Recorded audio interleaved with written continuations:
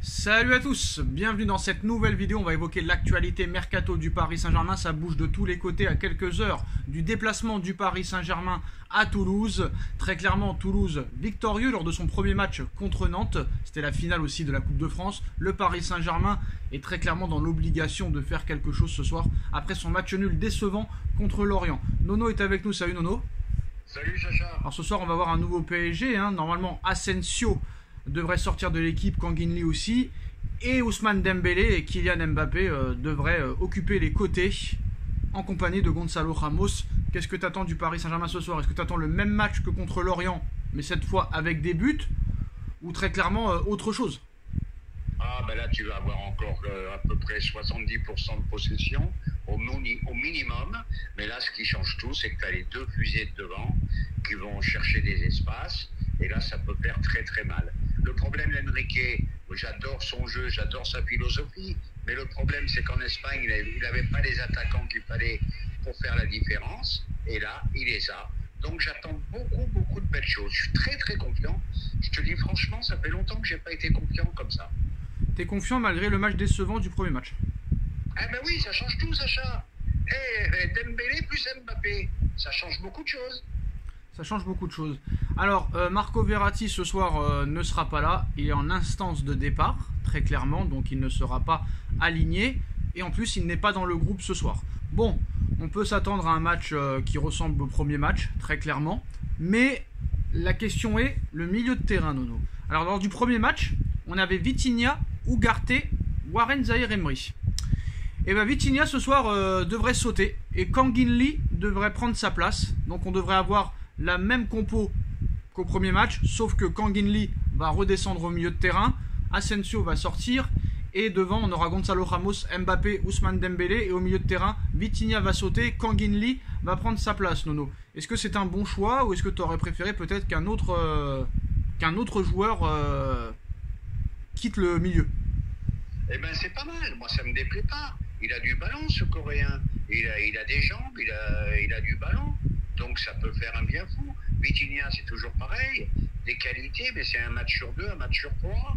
Bon, le petit Zaïre Emery, j'ai été un peu dur avec lui la dernière fois, mais tout le monde oublie qu'il a que 17 ans. Il faut quand même lui laisser le temps de progresser et devenir un top joueur.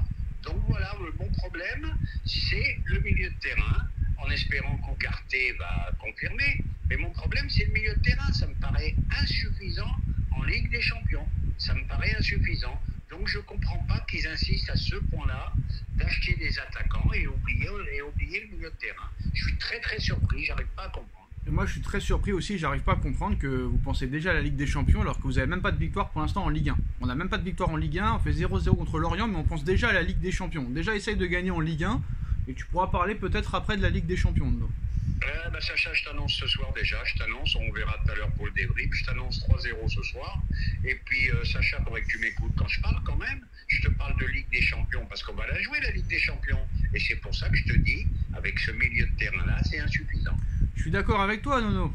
C'est pour ça que je dis très clairement qu'en plus de ça, Danilo ce soir sera encore titulaire aux côtés de Milan Skriniar. Alors malgré que les joueurs ont voté pour garder Marquinhos capitaine, malheureusement peut-être qu'ils n'ont pas eu l'avis de Enrique, qui va mettre encore ce soir, Nono, Marquinhos sur le banc. Est-ce que définitivement Enrique ne veut pas de Marquinhos? En tout cas apparemment dans la semaine, on nous a dit que déjà il ne veut pas de Verratti, ça ne l'intéresse pas. Par contre Marquinhos apparemment il n'en veut pas non plus, vu que Danilo sera encore titulaire ce soir. Eh ben c'est surprenant. Ah c'est surprenant? Pourquoi c'est surprenant? Eh ben je veux te dire pourquoi, parce qu'on le nomme capitaine. Ah c'est les joueurs, c'est les joueurs qui ont voulu, c'est pas l'entraîneur. Je suis d'accord, donc ça veut dire quoi? Un capitaine qui tire le banc pour l'instant, donc ça sent pas bon pour Marquinhos. Ça sent pas très bon. Moi je pensais qu'il allait mettre Hernandez en charnière centrale avec Skriniar. Ben non. Bon, ben... Tu peux pas, t'as pas d'arrière gauche, t'es obligé de mettre Hernandez à gauche. T'as pas le choix. Ah oui, c'est vrai que Nuno Mendes est blessé, je l'avais oublié. Donc voilà, bon ben écoute, ça sent pas bon pour Marquinhos. Qu'est-ce que je peux te dire de plus? Bon ben écoute...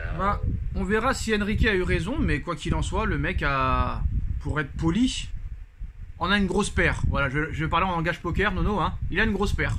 Le mec Verratti, il s'en fout. Marquinhos, il s'en fout. Et moi, si Marquinhos s'en va, Nono, moi je ne serais pas mécontent. Parce que je pense que ces 2 dernières années, il a atteint ses limites. Et on a vu en plus de ça ses propos sur Mbappé il y a quelques semaines. Ça prouve que le gars, pour moi, n'a pas l'étoffe d'être capitaine. Et je pense qu'il a perdu de sa superbe depuis 2 ans. Voilà.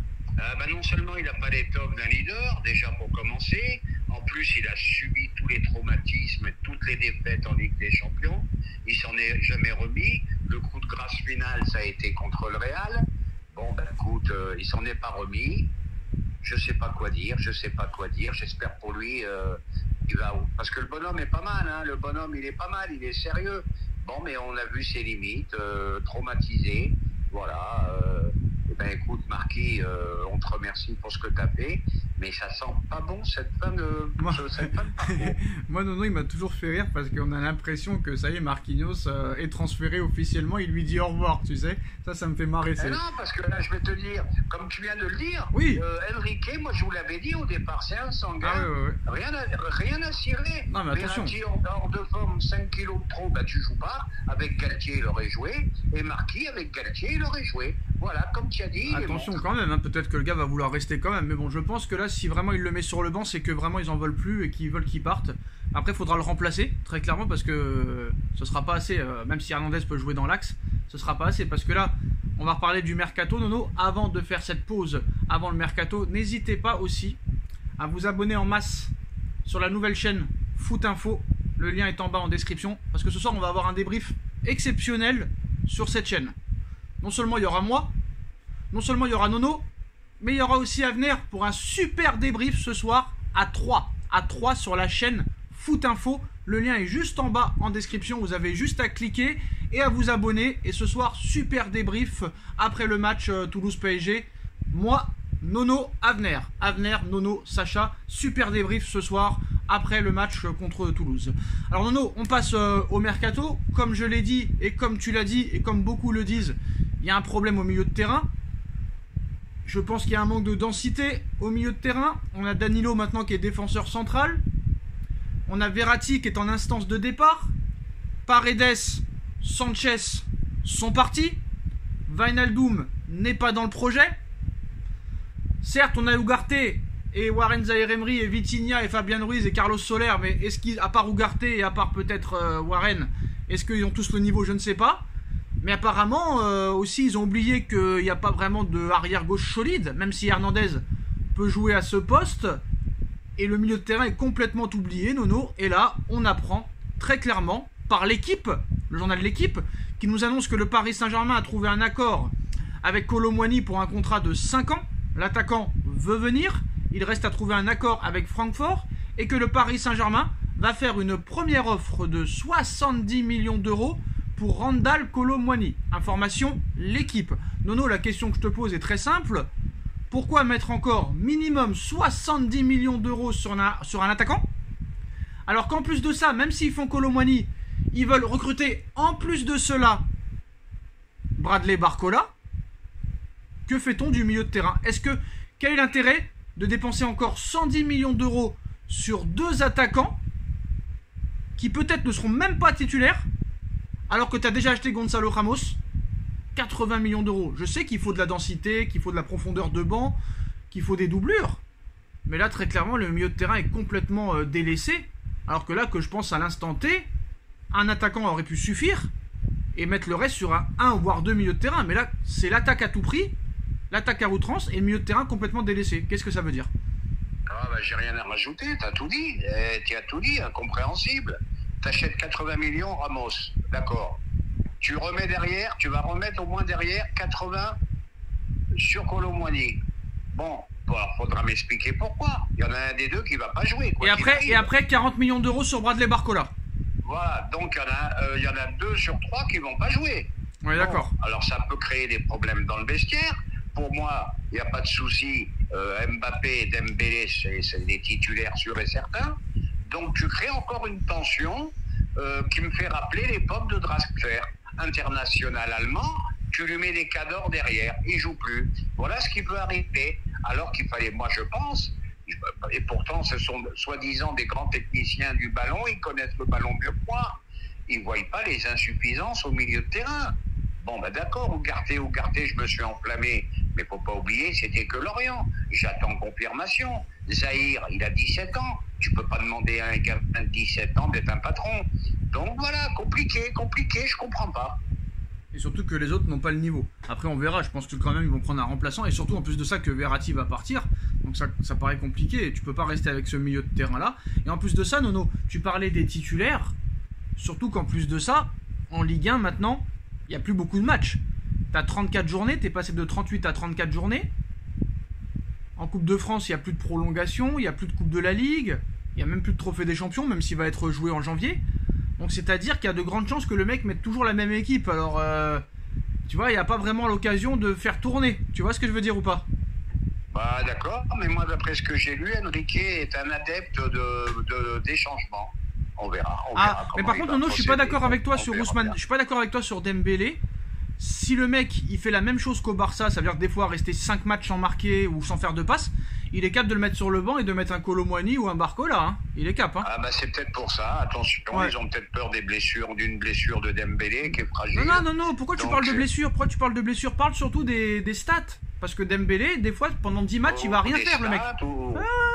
Pendant 10 matchs, des fois, Dembélé, tu le vois pas au Barça. Et ça, Xavi, il l'avait dit déjà. Et des fois, il le mettait remplaçant très vite. Hein. Eh ben écoute, voilà. Donc, pourquoi ne pas admettre pourquoi mettre toujours la faute sur les blessures pour les grands joueurs et ne jamais parler des stats ou de leur performance sur le terrain? Les stats, de toute façon Dembélé, les stats sont insuffisantes, on le sait. Non, parce que je te parle de stats, tu me parles de blessures. Parle d'abord des stats. Parce qu'il est fragile en plus. Non, voilà. Mais je comprends qu'on peut densifier le banc, mais c'est cette histoire de milieu de terrain que je comprends pas. Je n'arrive pas à comprendre. Malheureusement, on n'est pas en contact avec les dirigeants du PSG. Ça aurait été bien de leur poser la question. Malheureusement, on n'est pas comme aux États-Unis ici. Et t'as vu en plus de ça, Nono, en Espagne, carrément maintenant, ils ont mis les caméras dans les vestiaires. Hein, et ils sont payés par la Ligue pour mettre les caméras dans les vestiaires. Et le Real a refusé. Donc le Real fait une croix sur 13 millions d'euros. Ils payent tous les clubs 13 millions d'euros pour être filmés dans les vestiaires à la mi-temps, Nono. Ouais, mais il ne faut pas exagérer non plus. Il faut quand même laisser les vestiaires tranquilles. Et jusqu'où ils vont aller? Ils vont aller jusque dans les chiottes. Ils vont aller les caméras. Non, faut arrêter. 13 millions, Nono, quand même. Et aussi, une petite vanne sur le Barça, Nono. Avant, il y avait une compagnie de taxi qui travaillait pour le Barça, qui amenait les jeunes de l'entraînement chez eux et tout. Ils ont tellement plus une thune, Nono, qu'ils ont supprimé le service taxi pour les jeunes joueurs des équipes U17, U19, U21. Pour dire que le Barça vraiment est en... C'est grave ce qui se passe. Hein. J'ai vu ça devient guignolesque. Ouais, hein. Ils ont vendu les bijoux de famille, ils ont tout vendu de partout. Maintenant, c'est cette histoire de taxi. Là, je vais te dire, c'est qu'ils sont vraiment à la rue. Je ne sais pas quoi dire d'autre. Hein. Le Barça, ça fait peur. Hein. Mais dis honnêtement sur Kolo Muani, Nono, sur Kolo Muani, tu trouves que c'est un transfert sans aucun intérêt ou qu'il faut y aller quand même? Il faut y aller quand même. Moi, ce que je regrette un peu, c'est que ça soit si cher. Moi, je pense qu'à 60, c'était bien acheté. Hein, c'est la première offre qu'ils ont fait, d'ailleurs. 60. Non, moi, 70, 70, bien. Non, 70 la première offre. Écoute, voilà, moi, je dis à 60, c'était bien. Bon, 80, 90, ça me paraîtrait un peu cher. Parce que 90, Kolo Muani, 80, Ramos, ça y est, hein, les sous de Neymar, on les oublie. Ça y est, c'est réinvesti. Hein. Bon, l'avantage, c'est des joueurs jeunes. Hein, très important. Voilà les postos, c'est la fin de cette vidéo. N'hésitez pas à vous abonner en masse à la nouvelle chaîne YouTube Foot Info. Le lien est en bas en description. Super débrief ce soir après le match contre Toulouse avec Sacha, Avner, Nono. On like, on partage, on commente, on s'abonne et on se retrouve ce soir pour les débriefs. Tchuss. Merci Sacha.